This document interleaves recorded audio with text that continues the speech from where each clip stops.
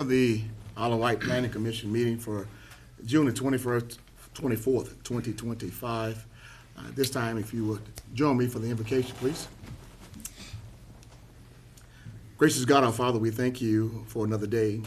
We thank you for the privilege that you have provided for us as citizens of this county, that we could come together to discuss the business of this county.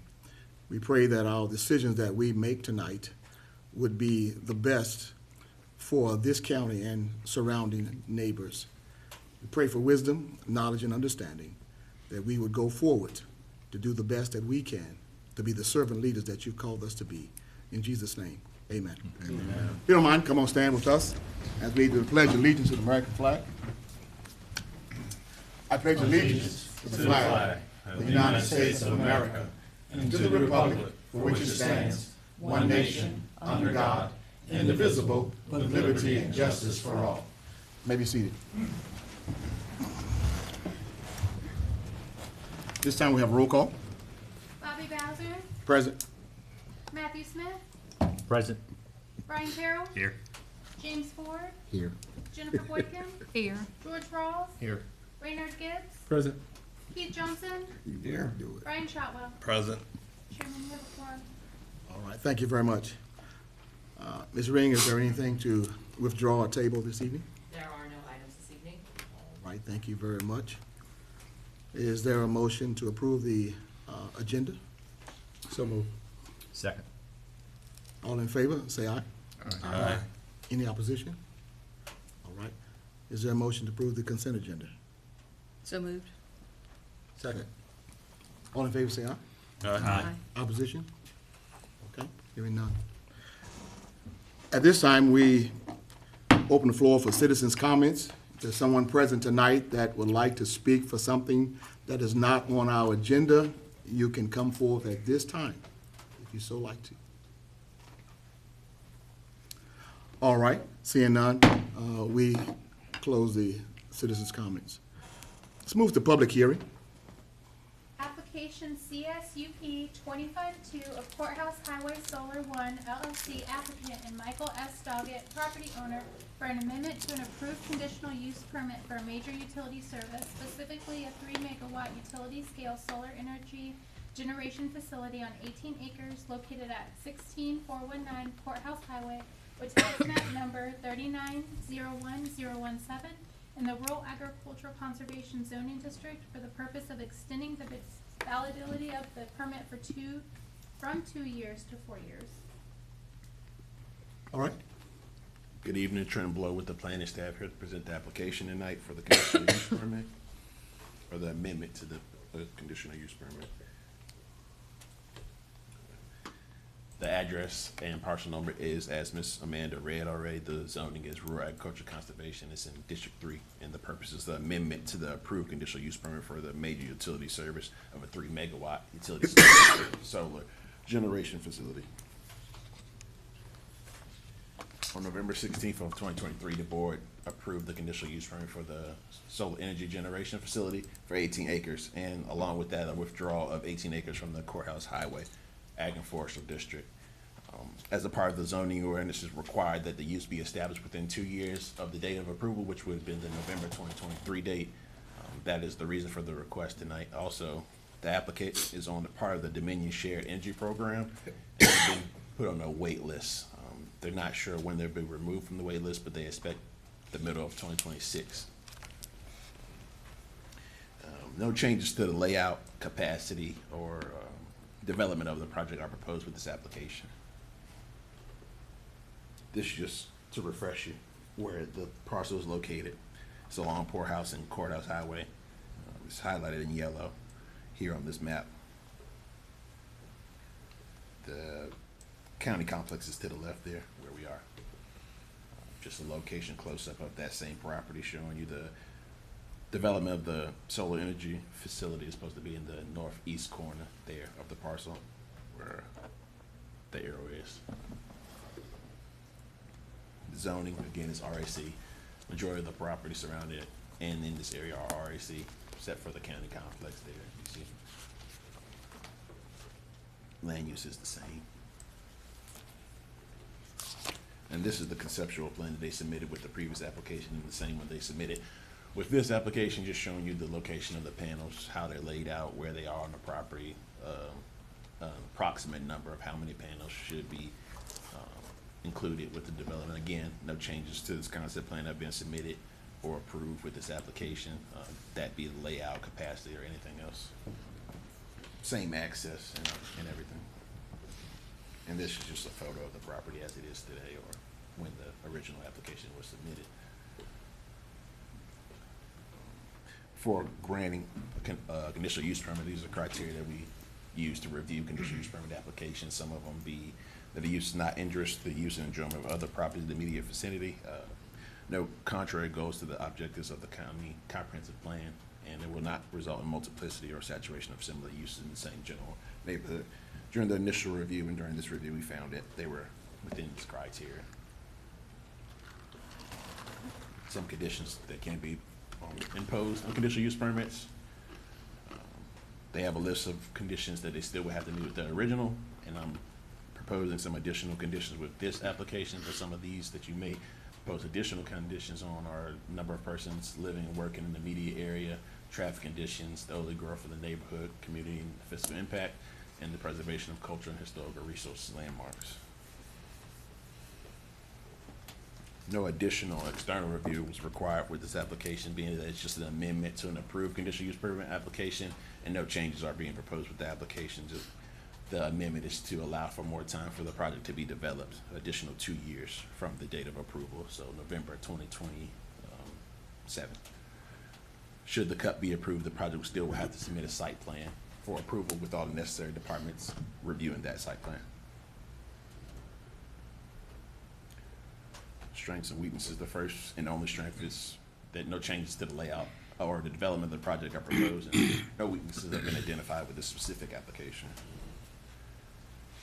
Staff recommends approval of the conditional use permit with the following condition: no additional extensions be approved beyond this one, and that the use be established on the property by November 30th of 2027, which will be 4 years from the date of approval. Happy to answer any questions you might have. Applicant is here as well with a presentation. Thank you. All right, thank you, Mr. Below. We open the public hearing for this application. If the applicant is present, they can come forward.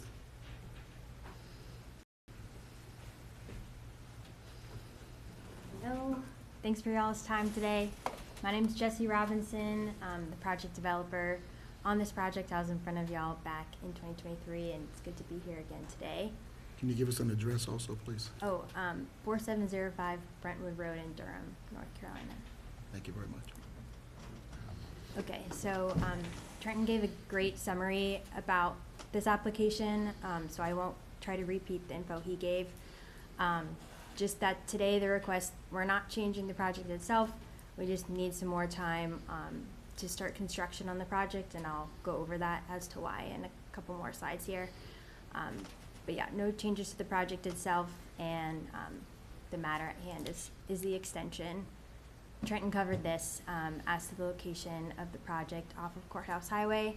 It's Mr. Doggett's property. He is here today. This project will be a community solar project, which in Virginia is called shared solar. And this is community solar, so it's 5 megawatts or less projects. Our project's 3 megawatts. Essentially just allows folks, if they have a Dominion energy bill, they can subscribe to the project for free and get a savings on their electric bill. So it's just a program that the state established to allow people, like if they don't have enough land for themselves to put solar, maybe they live in like an apartment, things like that, they could still participate and get a benefit from solar. Okay, so for the timeline for this project up to today, just to catch y'all up, and Trenton covered some of this.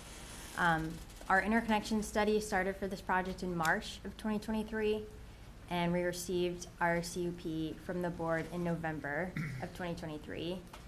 The study with Dominion finished up in July of 2024. And you need your permit and you need your final interconnection study from the utility to be able to secure capacity in shared solar. So once we got those two things, We applied, they have 30 days to review, and then we were awarded, we're on the wait list for shared solar capacity. And I'll cover that as well, some more information on that. And now we're coming up on the CUP expiring in November of this year, which is why we're seeking some additional time. So just to give more background on Shared Solar 2.0 is what we're calling it, and like the wait list. So in April of 24, they expanded the program. It was initially 200 megawatts, and they extended it to an additional 150 megawatts. So it'll be a 350 megawatt program total. But they put a caveat in those additional 150 megawatts that they will not be officially released until the first 200 megawatts.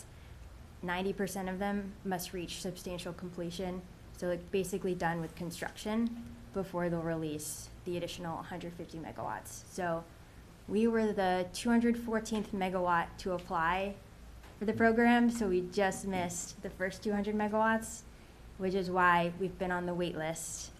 And until you get the award, you can't start constructing. So we've kind of just been in limbo, waiting since 2024, September of 2024. And it's not a matter of if we'll get capacity, it's just when. Because, like I said, it's kind of a moving goalpost of when those 200 megawatts will reach substantial completion. Just as you are probably familiar with, every project has different construction timelines, and you might run into a hurdle, and then that slows down the timeline. So we're estimating that 90% of those projects will be done by July of next year, but we don't know for sure. That could change. That's just our best guess at the moment. So that's why we're seeking some additional time on the permit, because we can't start construction until we have that award. We'd like to wait to go through site plan till we're closer to that time, so we can use like the latest modules available in our design. Just things improve every year. If we were to go through it now, the design would probably look slightly different than in 2 years from now, just as technology improves. So we'd like that opportunity to wait. And this just gives an extended timeline for the future of like from where we are now. So currently the CUP would expire in November. If we were to get the extension, then I'm estimating right now we could start site plan in April of next year in anticipation of the remaining capacity being released in July of 2026. I think we'll have like a better idea in April as to whether that will be likely or not. If not, we might hold a little bit longer, but that's the ideal case. Start site plan in April. Once that's approved, which we also have to go through stormwater, and that takes about a year. So April of 2027, we could hopefully start construction and then complete by the end of 2027. So, but like I said, if that July date, 2026, changes, we would just like the opportunity to have some flexibility and not have to come back to y'all or push our project through site plan before we're ready to. So again, just a reminder, this today is a request for an extension of the CUP, not on the project itself. And yeah, that's it, but happy to answer questions. All right, thank you very much. Thanks.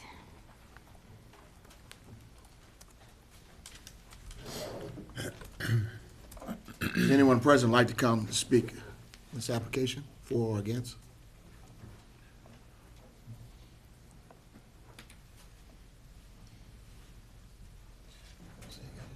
I think lower left. Here. Yeah. I gotta get it in. We gotta get it in. You gonna have, oh, thank you. Yes, sir. Hello, everybody. I'm David Tucker, District 3. You know, Give your address also, oh, Mr. Tucker. do I have to, okay, 6251 Old Stage Highway. Thank District 3. Please remove the sterile blinders if decided germanely. Regarding energy, the need for Virginia's BOS was jeopardized with the fortunately failed House Bill 2026 and SB 1190 in the 2025 General Assembly. In that true Northern Virginia socialist fashion, the bill would have created a real or fancied energy problem, removed decisions from localities, such as what you're here for today, prioritize court dockets on locality appeals over health and safety issues, thus making localities look like bad. Folks, there's a risk, any business risk, and extending dates and everything. I ask, without courthouse solar, is Isle of Wight still in excess of 2% prime farmland for solar? For no extension, I'm asking for no extension for courthouse solar. Changes also I'm asking for a change of 2% prime land to 2% all land use for utility scale. And I do mean the other scale that they're talking about, renewable and intermittent energy development. Ensure the decommission of any utility scale renewable and intermittent energy is not produced in 3 months. I do have a question. The AES fire at Cavalier on 4924, was AES reimbursed by the county? Would AES reimburse the county had Isle of Wight not approved Sycamore Crossing? Did Isle of Wight accept AES damage reimbursements in any way, any form, such as bartering or negotiating tool, when later approving AES Sycamore Crossing? How does this apply to Courthouse Way? Utility scale, and I mean that sheriff scale too, and intermittent power developers are proving no different from each other. Folks, I go to the sewer, CEUR and the SEC. I swear, and I'm sworn in these places.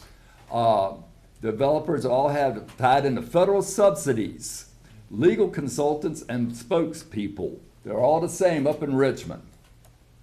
Void energy technical knowledge leads one to question the nonprofit 501c3s are Trojan horses in the conservative camps. These folks are the energy rights, the conservatives for Clean Energy Virginia, American Conservation Coalition. Hopefully funding for these nonprofit Trojan horse conservatives and their false narratives will be removed. Here's what I'm trying to get to. House Bill 119 for the 119th U.S. Congress, House Resolution 1 eliminates renewable and intermittent energy federal subsidies. And there's a timeline with that of construction start and completion dates. All right, courthouse solar will not only be burdened by Dominion Energy, but what will H.R. 1 losing subsidies date challenge with these folks? Here's how your electric bill is going to look. This is a 15-year lookout. This comes from the State Corporation Commission, a filing from Dominion Energy. The red line is your increase in your utility bill to support these renewables. The black line is the larger users, such as your data centers. Folks, I take this to the State Corporation Commission. I've got all this, the large utility scale, the large folks. They are not doing too well performance-wise. There's a reason why the federal government wants to take away federal subsidies on this stuff. And Surrey has got one of the most awful ones in the performance schedule. All right, and also, talking about the small ones. Right now, and it's hard to catch a date, but right now, you got probably about 40 or 50 nameplate power of these small ones in service. Some of these don't even qualify for share.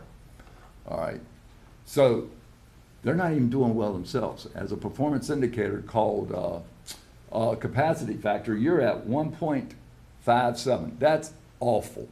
That's very bad. Now, I'm just trying to point out, I do attend these things. I'm in the know on a lot of this stuff. And I hear a lot of stuff that the rubber is not hitting the road for.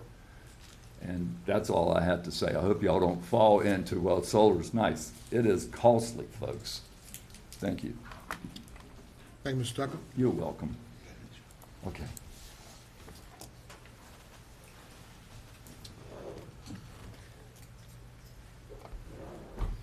Anyone else like to speak for or against?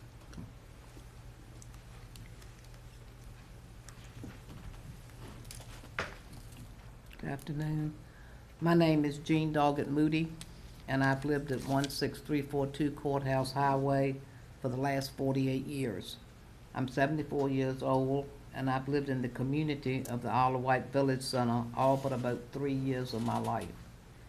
I'm here today to speak in opposition to the request of Courthouse Highway Solar One LLC and Michael S. Doggett for an amendment to the approved conditional use permit, extending the validity of the permit from 2 years to 4 years for the 3 megawatt utility scale solar energy generation facility on 18 acres located at 16419 Courthouse Highway, which is directly across from my home, which are both located in the Rural Agricultural Conservation Zoning District and the neighborhood of the Isle of Wight Courthouse Village Center. I'm hoping that you will take this opportunity to change the decision that was made October the 23rd, 2023 to approve this solar facility. I'm also speaking because I thought that I would be the only one speaking against it, and I didn't want the Smithfield Times to say this was unopposed. Even though I'm the only one speaking that lives near this facility, I'm not the only one in the neighborhood that opposes it.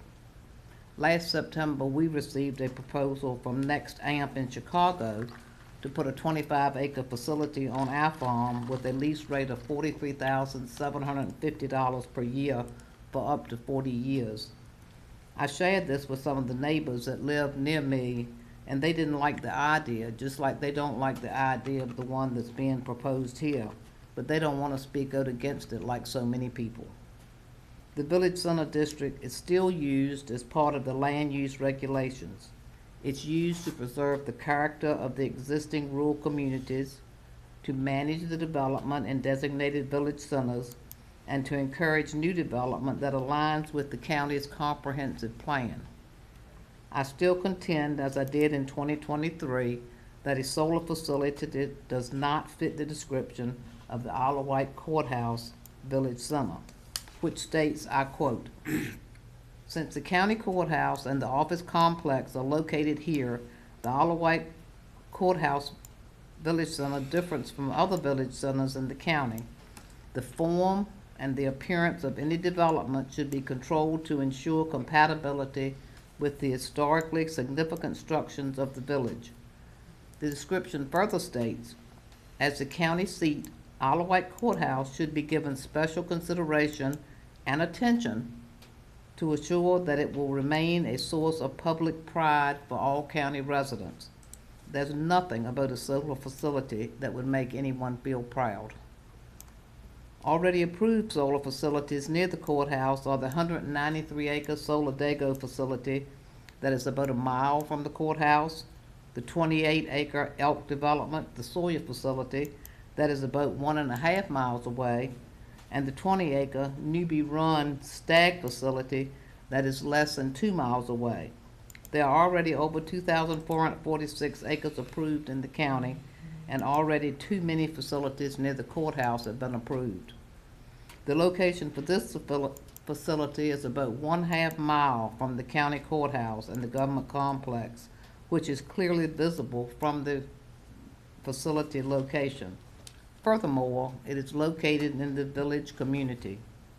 In 2023, Courthouse Highway Solar One LLC was given 2 years to break ground. They have not done so, and I ask that you take this opportunity you have been given to deny this requested extension. Thank you, Ms. Moody. Anyone else like to speak?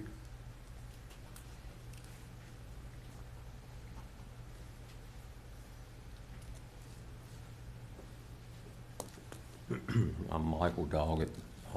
I live at 11553 Central Hill Road, Windsor, Virginia. I'm the owner of the property that we're talking about the facility on. My understanding that y'all are not here tonight to approve, disapprove this project. It was approved by the Planning Commission as inception and also by the Board of Supervisors unanimously. What you're being asked tonight to do is approve an extension so that this solar company can move forward in an orderly fashion. They have continued to work with the planners here in the county to develop this project. And my understanding, whether it is approved for an extension or not, the project will go forward. So I'm just asking that you approve the extension so that the, New Leaf can work forward in an orderly fashion and continue to plan this project for the best interest of everybody in the county. Thank you. Thank you, Mr. Doggett.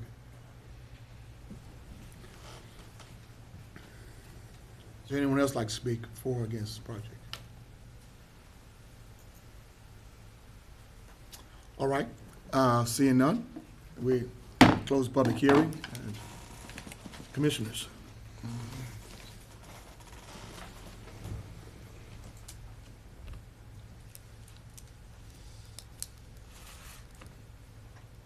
I would like to ask the applicant if she would come back up.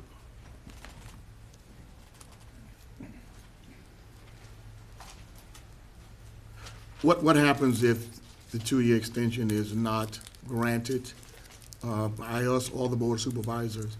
Where does the project go from there? We would go through site plan before November 2024 to avoid that CUP expiring. Okay, and also one other 2025, sorry. One other question.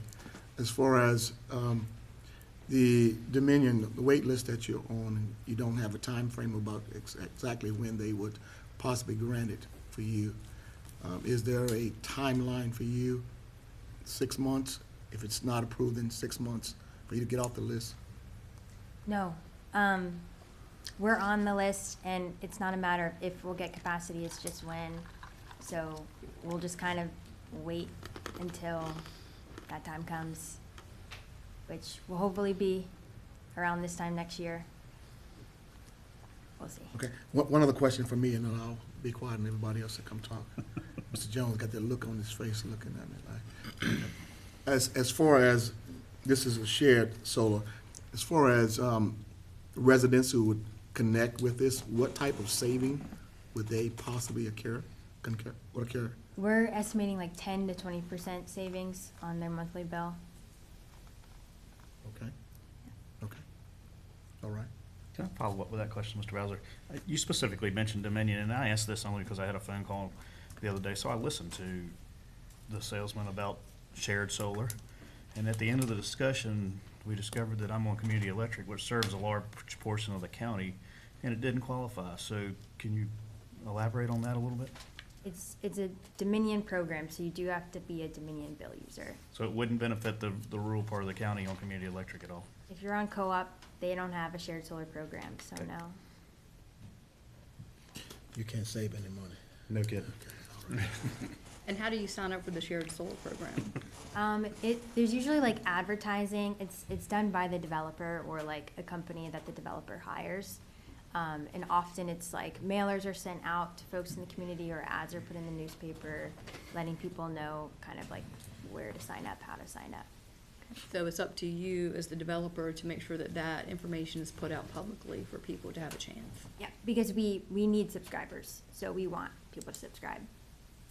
And so if nothing is gonna change with your site plan at all, then what's the problem with going ahead and submitting it now? Well, it changes, not like our fenced area, but the equipment we use. So we would be locked into that if we went through the process now. And we would like to wait, just because equipment improves over, like, in 2 years from now, there's probably like a better module, better inverter that we could use. We'd like to wait. But I saw where you, on your timeline, you have what, you would be submitting a site plan by April of next year. That's an estimate, yeah, if capacity is gonna be released in like July. So you anticipate that the market will change that much between now and April with equipment, that you may have something better or more efficient? Is that what you're saying? April's an estimate. Yeah, we also like to, we work with a company to construct, and we like to have them involved in the site plan process, but we don't want to bring them on until we're ready to, closer to construction, which would mean like we're getting the award released from the wait list, so that's another reason as well. Piggyback off that just a moment. Is there a maximum number of residents that can connect? Yeah, it's based on like the output of a facility. So for 3 megawatt, we estimate around 600, I think 600 to 800 subscribers. Okay. When do you anticipate advertising for subscribers? That would be when we're closer to construction. So if we do start constructing in April of '27, then like end of '26, early '27. And how far out will you go for those subscribers? It can be any Dominion bill user is the like main requirement. So we could kind of go anywhere feasibly.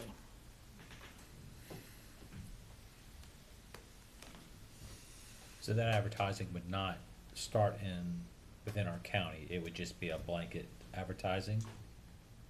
Yep. Yeah, I mean, we've started in counties before where we've developed the project.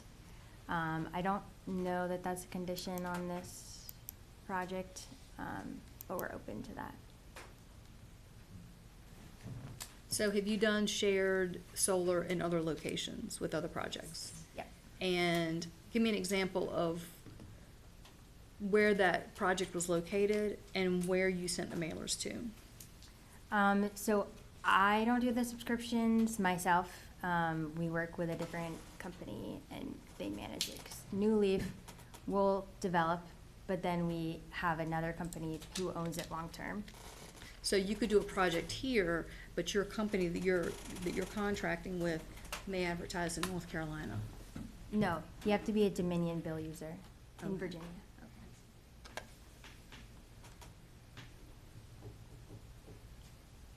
Okay. Anyone else have any questions for her while she's here?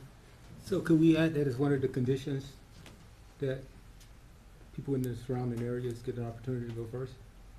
Yeah, like Isle of Wight County. Yeah. Okay. Could we also require there to be a certain percentage of the 600 that would be Isle of Wight County? That I don't think would work just because it's up to people to sign up and we can't make anyone do that. Fair enough. Good try to. But if it's free and you get a savings, I would think everybody, would want to sign up. That would make sense, wouldn't Yeah. it? Okay. I can propose like language to Trenton that we've used before for that condition and you could have it up for the board to vote. Yeah, if y'all make it a part of your recommendation, I can include her language when I create my staff report for the board, if y'all make it a part of your recommendation. Well, not, how long do y'all normally advertise those? How long historically have you seen those advertising before you're full?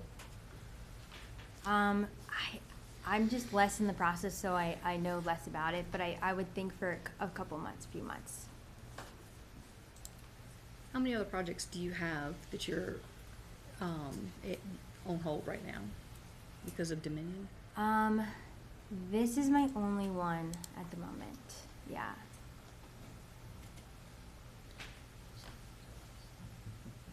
And so if you're moving forward with site plans in April of next year, why are you asking for a 2-year extension instead of just a 1 year? Because we don't know exactly when capacity will be released, because it's based on when the 200 megawatts, 90% of them reach substantial completion.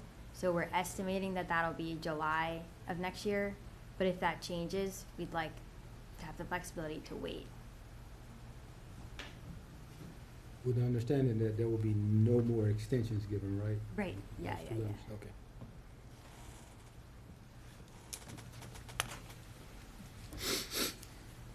All right, thank you very much.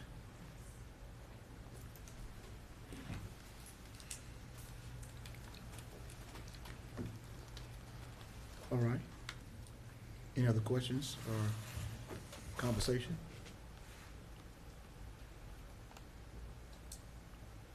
Is there a motion?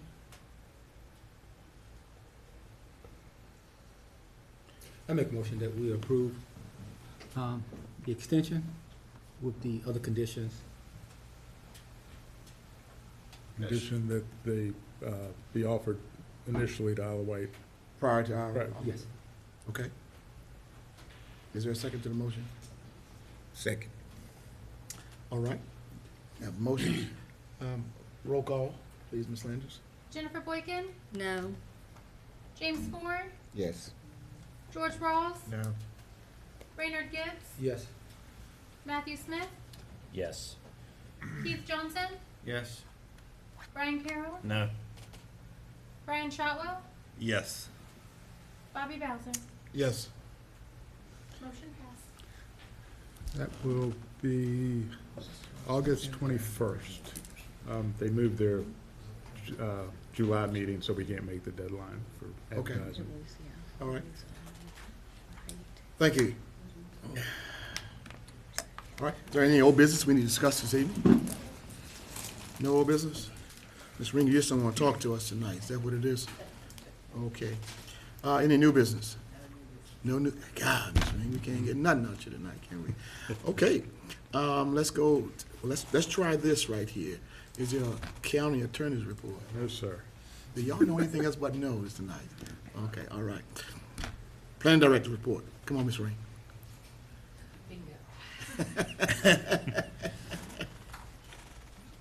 All right, so I have a couple of items under the planning director's report. The first one is our continued discussion with regard to the proposed sign ordinance changes. And then the second item is a draft battery energy storage system ordinance. Before I forget, though, I just want to give you all a heads up or advance warning that the new FEMA flood maps will be out this fall. They're actually already online if you want to take a look at them in your particular area to see how things have changed. They will become finalized in January. Before that time, we are required to adopt the revised flood zone management area ordinance. It's basically the model ordinance that we have already on the books, and the new one, again, will be the model ordinance with updated code references, map numbers, and they've kind of rearranged it a bit. It's still essentially the same ordinance, it's just in a different format. So in the next couple of months, you will see that before you all, probably under the planning director's report at first, and then followed by the public hearing, and then board consideration. And we'll give you an update on, a summary on how the maps have changed and timelines and that kind of thing. So with that, I'll go ahead and bring up the proposed sign ordinance revisions.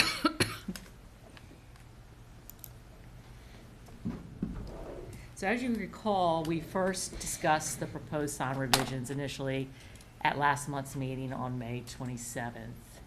And you all discussed the proposed changes and you wanted to talk about it and consider it some more. So you asked staff bring it back to the next regular meeting, which is tonight's meeting. And since that time, staff has made subsequent changes, additional changes based on feedback that we not only received from Planning Commission, but also on staff from the Economic Development Team as well as Tourism. So we went back and looked at the ordinance again, and we made some additional changes that you'll see in the red underlined text in your newest version of the sign ordinance revisions, which are attached to your staff report. And any language that was proposed to be deleted is struck through. So in speaking with economic development, other planning staff, and tourism, they wanted to see some additional flexibility with regard to wall signs in particular. And they felt like, and staff agreed, that there was really no real need, or they didn't perceive a need to limit wall signs to being only on one wall or even two walls. They felt like that you should have a maximum amount that you could split up and divide as you saw necessary on multiple walls of your building. So that led us to propose a change to allow for the total permitted wall sign area to be split among all exterior building walls. The total wall sign area will remain the maximum of 10% of the area of the front facade of the building, or 200 square feet, whichever is less. But if you wanted to put 100 feet on one side of the building, 100 feet on the other, that would still be the only maximum wall signage you could have. We also took another look at the exempt temporary signs and felt like, looking at some other localities, for example, the city of Suffolk does not require their temporary signs to get permits. And we felt like that this wasn't necessary, from what our experience has been over the last couple of years with temporary signs, that we really didn't feel like permitting was all that beneficial to administering the ordinance. So we actually recommended taking the permit requirement out and permit them up to 90 days per calendar year, as long as they stay in good repair, are not hanging from a prohibited structure, you don't have any more than you're allowed to have, and that kind of thing. Non-residential properties will be permitted a total of 2 flag signs, 1 banner sign, as well as an A-frame sign, which is permitted now, or other portable sign as defined in the ordinance. An example would be a changeable copy sign. The ones that stand on a cart with wheels, they're usually white, and they have letters that you can add and take off. A lot of properties currently have those. You can move them out of the way, you can move them to different areas of the property, put them away at night, and that kind of thing. Temporary signs would only be permitted where a permanent sign already exists. Permitted sign colors will include the Benjamin Moore Williamsburg color palette or other formally recognized historic palette as approved by the zoning administrator. Although the Benjamin Moore Williamsburg color palette has 144 colors that you could choose from that meet the intent of the ordinance for being subtle or neutral or historic in character, there are other formally recognized historic color palettes out there that you could choose from that we felt like that would be equal to the Benjamin Moore series. So we added that language into the proposed ordinance change. Officially trademarked logos with other colors may be incorporated into the sign face. We left that in. And it currently is consistent with what we allow now. Prohibited sign materials are now listed under prohibited items and restricted items, which states that signs made from materials that are not durable or rust and corrosion resistant, such as plywood, cardboard, scrap metals, and the like, would be prohibited. So rather than going through each sign type, like your 2-post sign, your monument style sign, and your pole sign, and saying what your permitted sign materials could be or which ones would be prohibited in each section, we just listed it under one section, which would be the prohibited items section at the beginning of the ordinance. We felt like this added some flexibility with regard to what kind of materials signs could be made out of, whether it would be acrylic, whether it would be aluminum, and those kinds of things that we're seeing very commonly in signs being fabricated in the applications that we're seeing in the office. With that, following your discussion, staff recommends the Planning Commission consider advertising the proposed changes for a public hearing at your next available regular meeting. So if you all would like to discuss that some more, I do have a copy of the PDF I can bring up on the screen for the sign changes. That looks like it got organized differently. Hold on just a minute.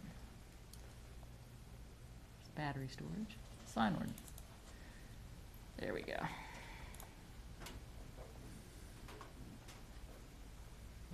I have a question about the portable signs. Sure.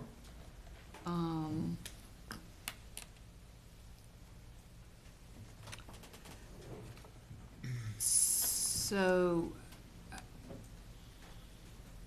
as I'm reading this, other portable signs such as mobile, changeable copy signs, blah, blah, blah, must be located a minimum of 10 feet from the right-of-way outside any sight triangle and shall not impair the visibility of traffic control. Does this allow somebody to actually take a portable sign from their property and stick it somewhere else? No, you still can't So have still can't off-premise do that, signs. okay.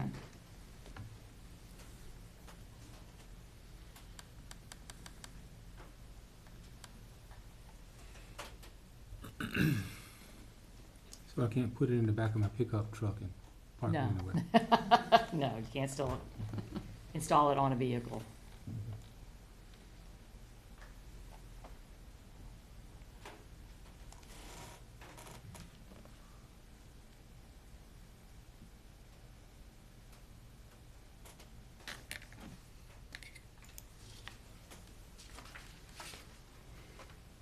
Take a look at it. There's a lot of work that have went into this. It looks really good. Mhm. I commend you and your staff for ironing this out. Thank you. So, Yeah, it's definitely cleaned up a lot. I'm curious though, any feather banners found violation, immediate removal, that's easy. Loss of privileges. So how Are we making a note and then going back and checking in 4 months? Do they- Yes, the Yeah. repeat offenders generally. Right, okay. Easy to spot. And basically, you just go out there and take it down again. Right. and again. Easy enough to understand, I think.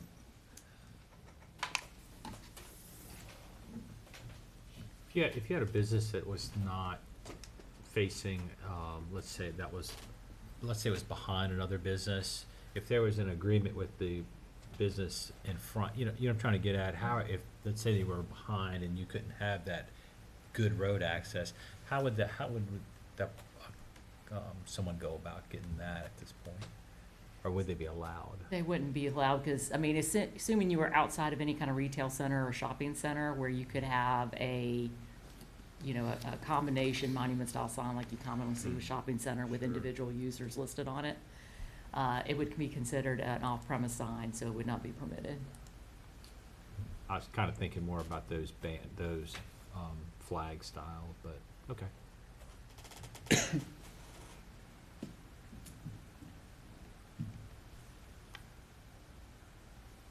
All right, any other discussion?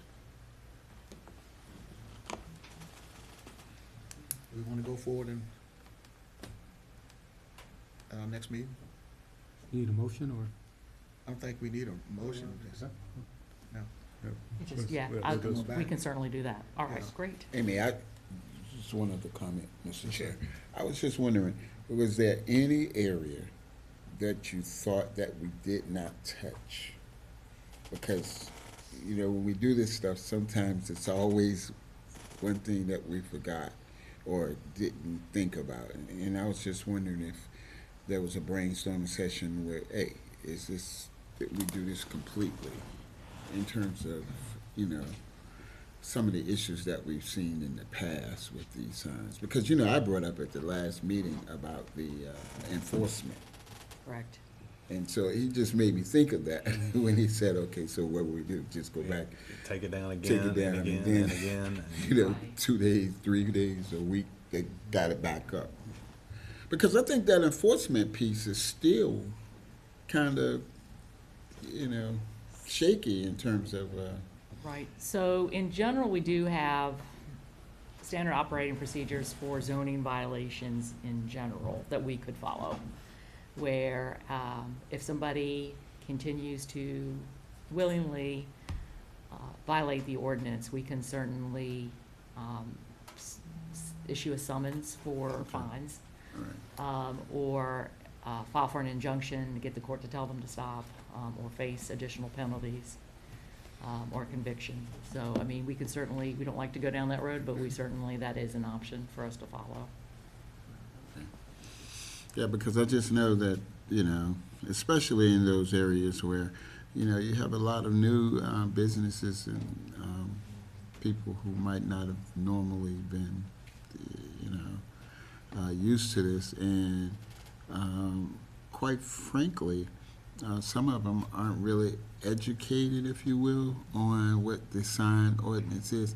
And one day, for lack of anything better to do, I just drove through and looked at it's a lot of sign variations out there, and and you can tell where there has been some thought put into the ordinance, even across the different cities and locales like that. I just thought that was interesting, and I was glad that I took that little self-tour to, just kind of compare where we were.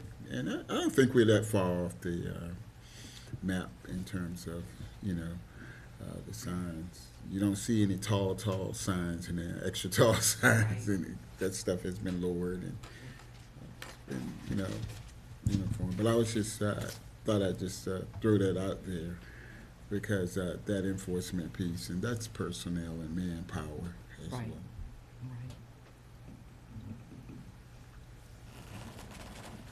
Okay. Thank you. Okay, Batteries. Thank you, Ms. Ray. sure. Do the batteries now. Batteries.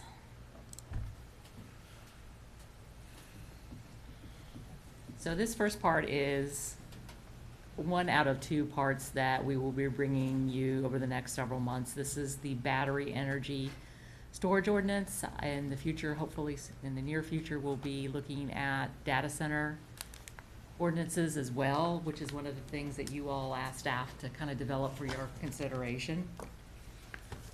As you recall, in February of 2023, the Board of Supervisors established the Energy Task Force, which was tasked with assessing Alawite County's current energy infrastructure, the remaining capacity of high voltage transmission lines, potential future energy generation projects, and emerging energy technologies.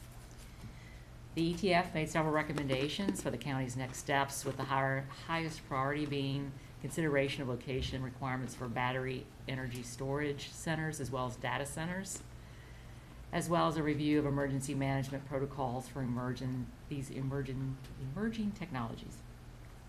Staff developed a draft ordinance based on models from several other jurisdictions, including the City of Chesapeake, Hanover County, and Amelia County, as well as including performance criteria from our own existing utility scale solar ordinance.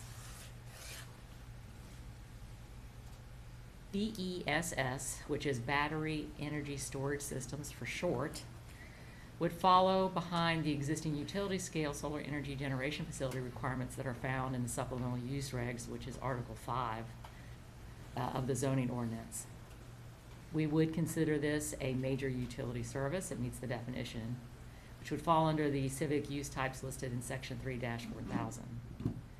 Provisions of the draft ordinance include definitions for certain terms, application requirements for the conditional use permit, technical standards, public safety standards, setback screening and noise standards, site layout standards, and decommissioning requirements. So I do have a PDF of the draft ordinance.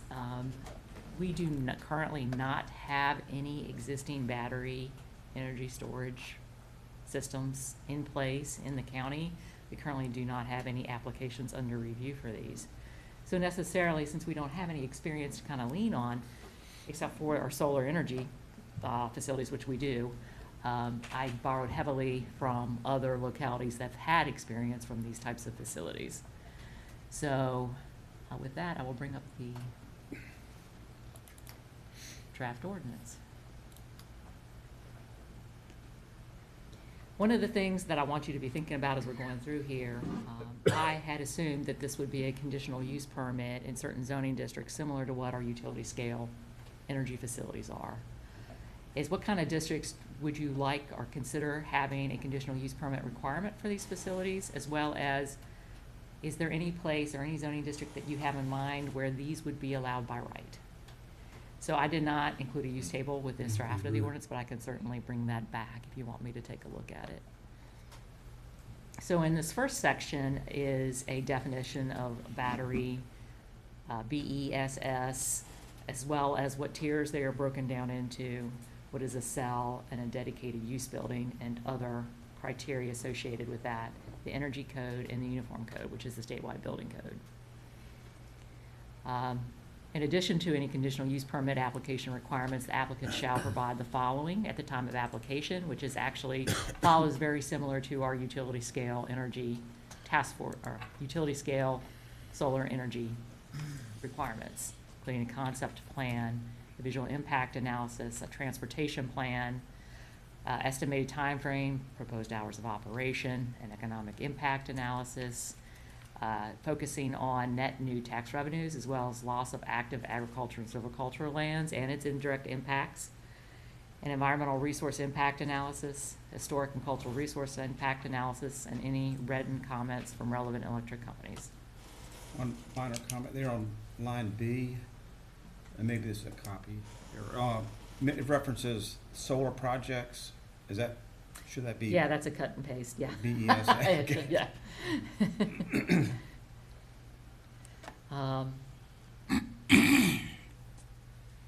So, and then following the application requirements are those industrial standards that I referenced, including the requirements to have them meet the most current adopted editions of the National Electrical Code, International Fire Code, the National Fire Protection Association Fire Code, and as well as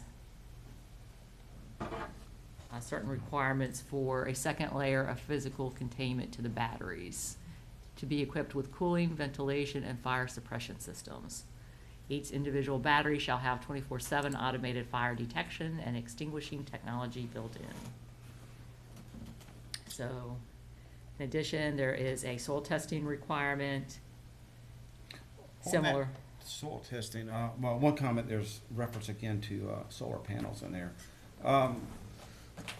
Is there any more specific requirements needed for soil testing? I mean, I guess it's within the, or near the storage area or adjacent to, is it requirements on how many tests, how many samples are taking, or any requirements needed for that? No, so right now, currently with the solar facilities, we do require that they provide like a baseline data with a focus on any kind of heavy metals, kind of contaminants, what's there, so that we can tell when they submit their next study whether the facility's actually added to any of those contaminants of concern, basically. So this is set up in the same way that the So solar it's energy copied from facilities that. are, yeah. So just even one sample would be enough? We typically ask for a site-wide sample of where that it would follow the parameters of where the facility's proposed to be laid out. So wherever the it could be- facility, wherever the depends on the size panels of the are, facility, I yeah, guess, too. right. So we know there's one built in what, Henrico already, and one being built in New Kent? There is a pilot program that I have requested Dominion Energy give us a tour of for your annual retreat. Is there there's- anybody from, I'm sorry, is there anybody from Dominion that could come give us a briefing on the safety of this, or the building of them, or is Dominion gonna build them, or they got a subcontractor building them, or do we have companies like New Leaf or whoever gonna build them?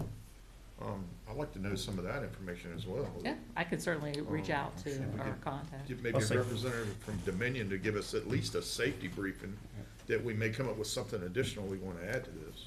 They covered part of that at the retreat last year, Yes, George, they and, did. and you know, the interesting thing was, there's no fire protection in them. Right.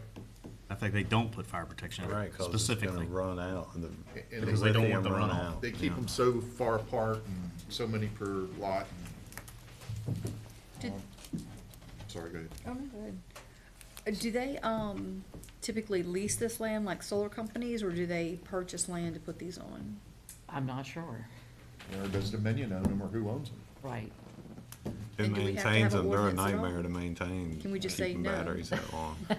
I think this is just an extension of the solar farce, and this should fall under the 2%, which we've already met the cap of. I agree. Do they use these in data centers, though? Because that's, with them needing to be up and running 24 hours, that might be a different. That's something Dominion would probably have to answer. Yeah, I'm not sure. Not sure. Well, Yeah, I mean, we have banks of UPSs, which are just batteries, in emergency situations in a hospital to keep servers running, to cover that 10 seconds on Sure, life delay. safety branch. So I would think only a data center would need that much stored energy. Right. Right. I know we're trying to be proactive, and not reactive. Have you heard of anything possible of a data center coming in Ottawa County? I have had one inquiry, which was about a year ago, and they just asked how the county would feel about a data center in the northern end of the county. And I said that that's a good question. Has Surrey put in an ordinance? Don't they have an application right now for a battery facility? I have to ask Horace, yeah, I'm not sure. Or a Cavalier? I read that. Wasn't that in the Smithfield Times? I would think that if the people that were just here couldn't get a permit because they couldn't upload it, they would want a battery storage, or solar farms in general would want a battery storage somewhere. If, PM&J is not accepting the energy, they'd want to store it, I would think, but, But again, to my point, it goes back to the 2% of, yeah, absolutely. it should absolutely fall under that cap. I agree. And It's, we it's don't- no different than the solar. We don't know how projects. many I acreage you agree. need for one, Is there any locality that has said that we're not doing this at all? Not to my knowledge. So the process is, if we didn't adopt an ordinance, I would classify it as a major utility, kind of like what we did with solar facilities when they first started coming in. And we didn't have a ordinance that was specific to solar facilities. But because they meet that definition of what we would consider a major utility, that's how I would classify them. And depending on what zoning district they wanted to go in, it would either be a conditional use, a permitted use, or not at all. I would say that absolutely would have to be a conditional use. I would, Yeah, I would think so. I would not, yeah, do any by right permissible use with this.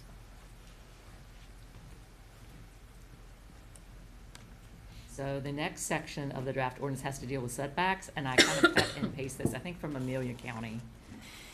But I just used it as a starting point to see how everybody felt about it, whether they thought it was reasonable or over the top. But all battery storage facilities shall maintain a minimum of 5,000 feet from all public roads and property lines.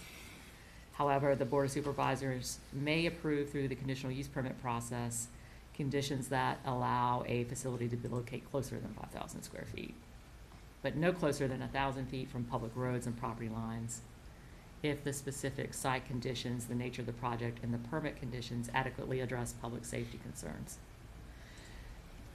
And then it gives additional criteria for what are allowed in setbacks, what kind of structures and improvements would be permitted. So I guess a few questions about the 5,000 foot, that seems like a lot, and I guess good reason for that. That includes property lines, so I'm wondering how much area we'd even have in the county that would be permitted with a circle that's got a 5,000 foot radius around it that would fit in a piece of property. So it seems like it's restrictive, but maybe that's what we want. Because I don't think anything in the northern end of the county would fit that. 5,000 feet, yeah. Another criteria that they had was that it had to be completely surrounded by a berm. That's a good question. The next criteria is something I just took from our solar ordinance, was that no topsoil shall be removed from the site. All right, let me just make one more comment on the setback section. That paragraph, section B, is just really confusing me. I don't really understand it. When it makes Solar references energy to as again. part of the solar energy system, Yeah, that should be so battery. no exception, no setbacks are required? So a lot of times, some of our larger projects across property lines, like somebody owns 3 parcels and a solar facility, for example, would be laid over top of all 3 parcels. That setback between property lines, if you're part of the project, wouldn't be required because it's part of the project. So that's kind of essentially in a nutshell what that means. Setback shall not be required along property lines adjacent to other parcels which are part of the, and that says here, solar energy system, but it should be battery energy system. With the exception of structures with documented historical significance, a cemetery, cultural resource, or a school. However, if any of those properties are removed from the project, then you have to abide by those setbacks. So for example, if somebody subdivides out a house, and now that property is no longer part of the original project, you now have to instate those setbacks, those minimum required setbacks. Yeah, what are those safe setbacks to be built, for a home to be built near a battery facility? I don't know. It could be different than, I don't know. Depends on the size. Mr. Ross had a good question too. Is there any noise generated from any of these? So that is a good question. Of course not. Just ask Like them. an inverter, right? Yeah. There's no noise from solar either. Assuming that these projects have transformers, and I do believe that I asked at one point, I don't know, maybe it was from our retreat where we asked what kind of noise these generated and what kind of equipment would be on site that would generate the noise. And I believe the answer was that unless there was some kind of step up or step down equipment, that could possibly generate some noise. But I can confirm that. I did a little search, and I found Surrey has coordinates there. I think it may have been approved by now, but they have noise requirements in there, so Seems like most of them that I saw do have noise requirements. Because some of the heating, I mean, cooling equipment, another equipment may be generating noise. Noisy. I don't know. And so where are we at with the noise study that Mr. Carroll has referenced a couple of times on the solar? So the last time I spoke with Greg Cresswell, who's the project manager for Cavalier, they were looking at installing a pilot, what they called a sound wall or sound blanket around one of the inverters, and they were going to choose the location of it so it could be easily measured. And I think he said they were trying to do that in July, and that if it was successful, then they would spend the money to go ahead and install them in other places around the site. That they had tried to work with the manufacturer of the inverters to get some sort of shield or cap or hood system that they could place over the inverters.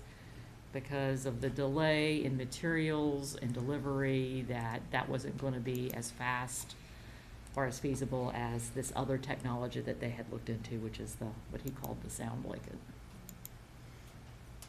So how long does it drag on before we deal with it? So I'm going to give him the summer. I mean, he said he would try to do it, have it in place in July, and start testing. Once in again, I July. was 5,573 feet from it this morning, and you just wasn't standing next to it. That's a mile and a quarter. Sensitivity of your ears. It is. That's the problem. And they run all day and all night, contrary to what they say. I think what we ought to put in our ordinance is if you want solar, it has to be around your house, your property. At least the inverters. Yeah, you don't get to stick it somewhere else on another piece of land. So the next section has to do with landscaping, and I basically cut and paste the solar landscaping requirements here. And it says solar in here, but I can go through and correct that. As you can tell, I was flying through this. And if you meet the required setbacks, the 5,000 feet, then you can just use the industrial use landscaping requirements, because at that point, you're 5,000 feet from any adjacent property line in the right of way. So their end run on the Surrey side of Cavalier is pollinator plots now. That's how they're getting around cutting the grass on the outside of the fences. Sticking pollinator plot signs up, do not cut grass. How do you deal with that? So if it's in the right of way, it's supposed to be cut by VDOT. No, I'm talking about the buffer between the road and the fences. Right. And I am talking Surrey because they haven't tried it in all the way yet. Right. But the 150 feet between the road and the fences now have signs that say pollinator. Pollinator. So we just require that 50-foot landscaping strip, and the rest of it can grow up naturally. If weeds. they wanted to plant a pollinator species, they could. That's one thing I regret that we didn't do or look at, is to put something in there where the grass had to be cut at least once a month with some type of routine. I mean, because Suffolk, I mean, I don't go out Surrey, but Suffolk is horrible. They just let it grow. And I don't even know how often they come in, maybe a couple of times a year to cut it, and that's it. I wouldn't want to live beside it. Snakes.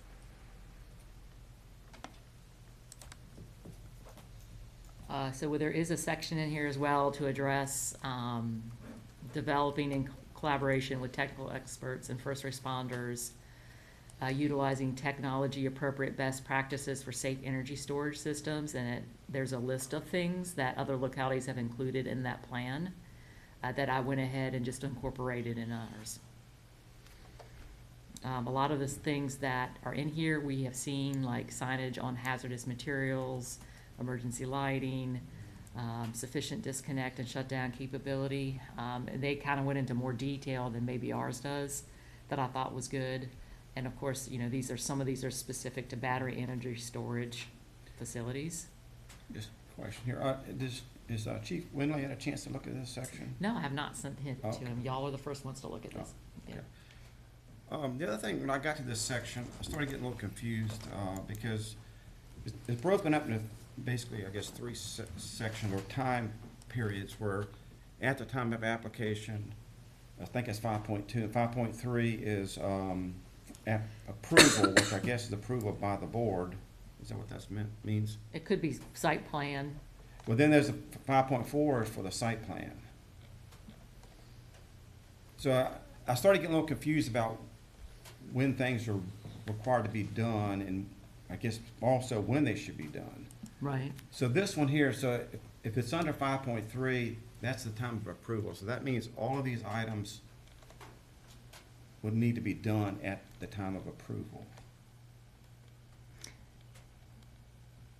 So I guess if you could like elaborate a little more, Yes, when you say 5.2. So 5.2, yeah, so 5.2, that's right there. So yeah, that's when, at the time of At the time of application. application, then 3 is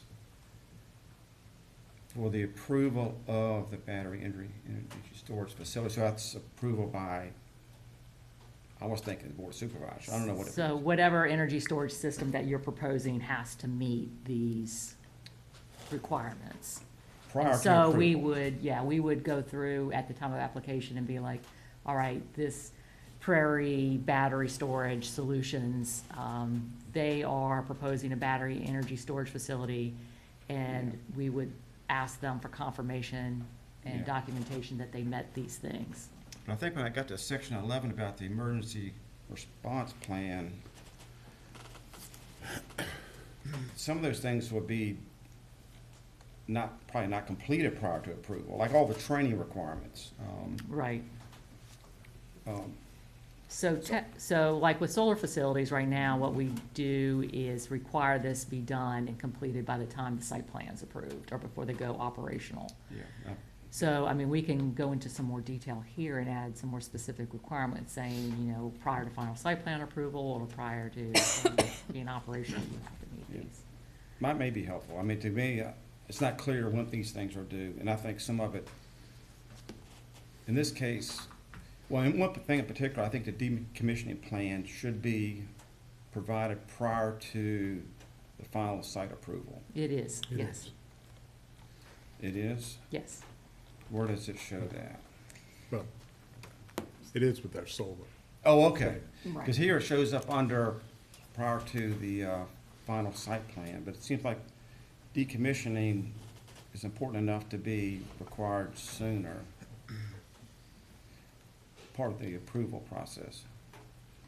So decommissioning plans are done before we approve a final site plan. You can't get your final site plan approved. Yeah. You can't get your land disturbance permit until you do your decommissioning agreement. I agree with that. I That's guess- the stick that we have to make. But I'm them just do it. saying, it ought to be, we should know more about that prior to that point. Because decommissioning, one of these is more complicated than, That would be bonded as well as a solar farm, right? Yes. Correct. yes. Put up a bond. So It's done by an that means there's engineer. financial obligation somewhere committed. Yep. Part of their So I bond. think you'd want to see that at the time of approval, that they're gonna, No, no? no, because you don't have your final site plan approved yet. So if you have a final site plan, you know exactly how much equipment and what kinds of equipment and everything is ready to be built, but we won't let you build it yet until you give us an engineer's estimate on what it would take to take all of that down, remove Okay. all that equipment, put the topsoil, ever many, how much dirt you need to add back in, or that kind of thing to decommission it. Okay. I guess I was thinking more about the commitment of how it will be funded. We do have surety requirements in our ordinance. That's not necessarily in this particular section of the ordinance, but it's in our site plan, performance surety section. Okay. And it's updated, they're required to give a updated estimate of cost and increased bonds typically Okay, okay. over what, we would do it every 5 5 years?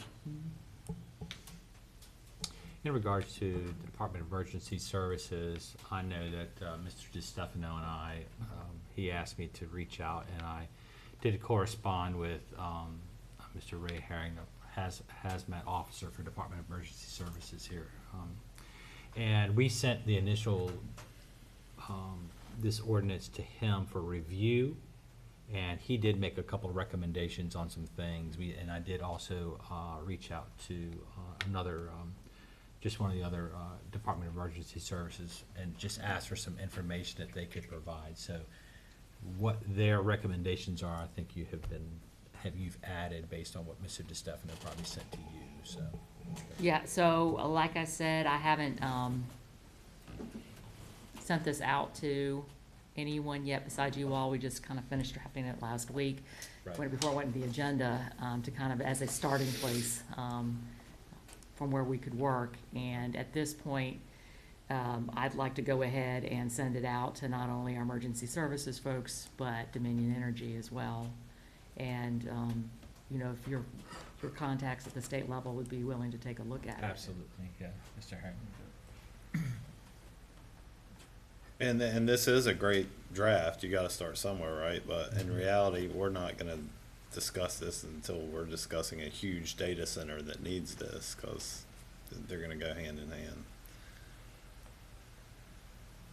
So, I mean, that is the kind of, it's good because we're being proactive, but at the same time, we don't have any experience with these facilities yet, so we're Yeah. kind of relying on the experience of other localities to know what to include and what to look out for in our ordinances.